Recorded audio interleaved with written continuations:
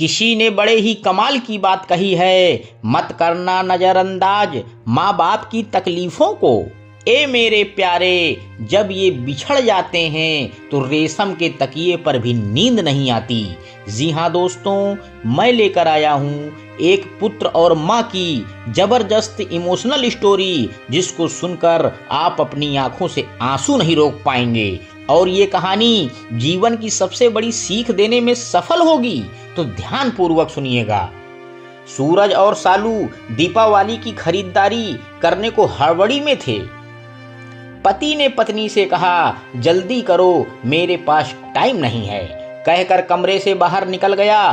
तभी बाहर लान में बैठी माँ पर उसकी नजर पड़ी। कुछ सोचते हुए वापस कमरे में आया और अपने पत्नी से बोला, शालू, तुमने माँ से भी पूछा कि उनको दिवाली पर क्या चाहिए? सालनी बोली, नहीं पूछा। अब उनको इस उम्र में क्या चाहिए होगा यार, 2 वक्त की रोटी और 2 जोड़ी कपड़े, इसमें पूछने वाली क्या बात है? यह बात नहीं है सालू, माँ पहली बार दिवाली पर हमारे घर में रुकी हुई है, वरना तो हर बार गांव में ही रहती है, तो उनका मन रखने के लिए ही पूछ लेती। अरे इतना ही माँ पर प्यार उमड़ रहा है तो खुद क्यों नहीं पूछ लेते? झल्ला कर चीखी थी सालू और कंधे पर हैंड बैग लटकाते हुए तेजी से बाहर निकल गई।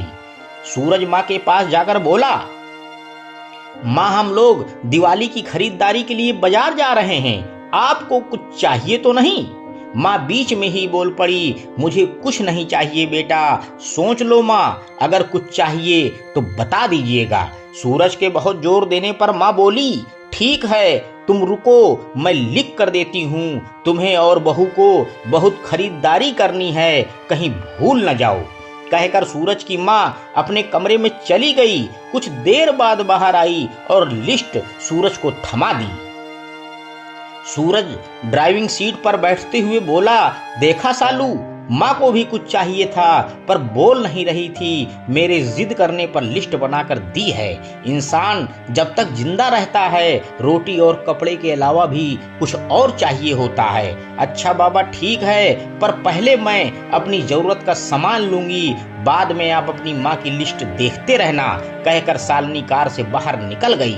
पूरी खरीदारी करने के बाद शालिनी बोली, अब मैं बहुत थक गई हूँ, मैं कार में एसी चालू करके बैठती हूँ और आप अपनी माँ का सामान देख लो। अरे सालू, तुम भी रुको, फिर साथ चलते हैं, मुझे भी जल्दी है, देखता हूँ माँ ने इस दिवाली पर क्या मंगाया है, कहकर माँ की लिखी पर्ची जेब से निकालता है। बाप रे, इतनी लंबी लिस्ट, पता नहीं क्या क्या मंगाया होगा, जरूर अपने गांव वाले छोटे बेटे के परिवार के लिए बहुत सारे सामान मंगाए होंगे। और बनो श्रवण कुमार, कहते हुए शालिनी गुस्से से सूरज की ओर देखने लगी। पर ये क्या? सूरज की आंखों में आंसू और लिस्ट पकड़े हुए हाथ सूखे पत्ते की तरह हिल रहा था, पूरा शरीर कांप रहा था। शालिनी बहुत घबरा गई। क्या हुआ? ऐसा क्या मांग लिया है तुम्हारी माँ ने? कहकर सूरज के हाथ से पर्ची झपट ली। पर्ची में लिखा था, बेटा सूरज, मुझे दिवाली पर तो क्या किसी भी अवसर पर कुछ नहीं चाहिए, फिर भी तुम जिद कर रहे हो, तो तुम्हारे शहर की किसी दुकान में अगर मिल जाए तो फुर्सत के कुछ पल मेरे लिए लेते आना। ढलती हुई सांझ हूँ अब मैं, सूरज, मुझे गहराते अंधियारे से डर लगने लगा है, बहुत डर लगता है। पल पल मेरी तरफ बढ़ रही मौत को देखकर जानती हूँ टाला नहीं जा सकता है, शाश्वत सत्य है, पर अकेलेपन से बहुत घबराहट होती है सूरज। तो जब तक तुम्हारे घर पर हूँ, कुछ पल बैठा कर मेरे पास, कुछ देर के लिए ही सही, बांट दिया कर मेरे बुढ़ापे का अकेलापन। बिन दीप जलाए ही रोशन हो जाएगी मेरी जीवन की सांझ। कितने साल हो गए हैं बेटा तुझे स्पर्श नहीं किया, एक बार फिर से आ मेरी गोद में सर रख और मैं ममता भरी हथेली से सहलाऊं तेरे सर को।